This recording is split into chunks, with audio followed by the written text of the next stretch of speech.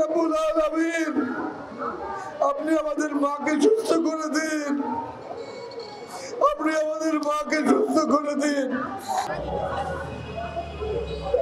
জিয়া সমাজ কল্যাণ পরিষদ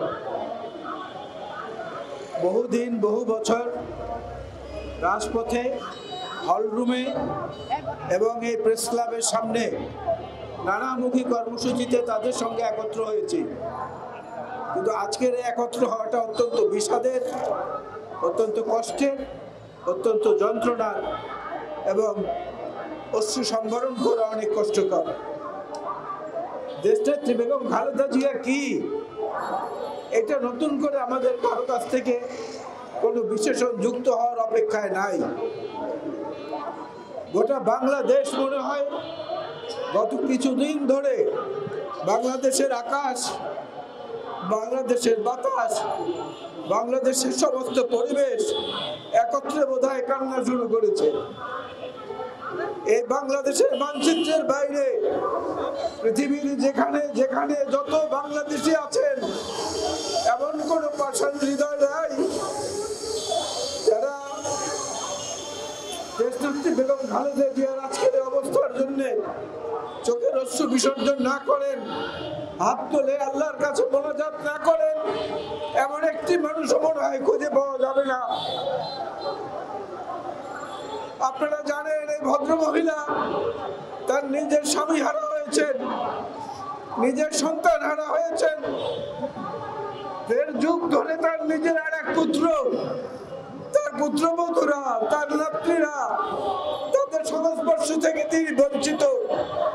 বাংলাদেশের মানুষকেই তিনি পরিবার বানিয়েছেন, গোটা বাংলাদেশকে তিনি তার হৃদয়ের মানচিত্রে স্থান দিয়েছেন। আজকে তার জন্য আমাদের দোয়া করতে হচ্ছে আল্লাহর কাছে। এক কাপড়ে তাকে বাড়ি থেকে উচ্ছেদ করা হয়েছে, 6 বছর তাকে কারাগারে রাখা হয়েছে বিনা চিকিৎসায়। আমি আমার নিজের মায়ের মৃত্যুর খবর শুনেছি কারাগারে থাকতে।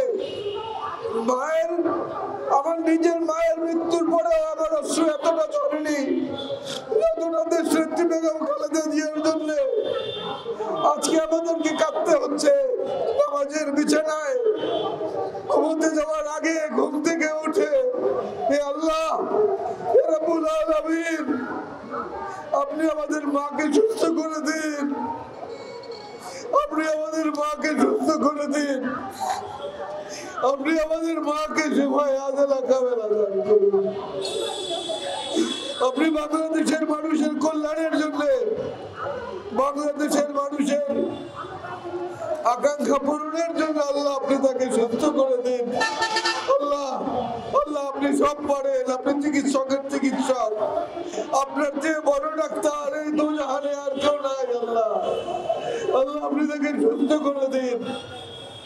আজকে আপনি দেখুন, আপনার প্রতিবন্ধী বাংলাদেশ শিক্ষকরাও এই প্রোগ্রামে, এই কর্মসূচিতে সামিল হয়েছেন। আপনি আমাদের এই চোখের অশ্রুর মূল্য দিন। আল্লাহ, হাসপাতালের সামনে দেখেছি বুকের সামনে লেখা ধরে দাঁড়িয়ে আছে, ডাক্তার সাহেব আবার ফুসফুস নিন, আমার মাকে বাঁচিয়ে দিন। এই আকুতি আপনি শুনুন। আল্লাহ, আল্লাহ এই আকুতি আপনি শুনুন, আমাদের দোয়া মোনাজাত কবুল করুন। আমাদের মাকে সুস্থ অবস্থা আবার আমাদের মধ্যে ফিরিয়ে দিন। আপনাদের সবাইকে ধন্যবাদ। আসসালামু আলাইকুম।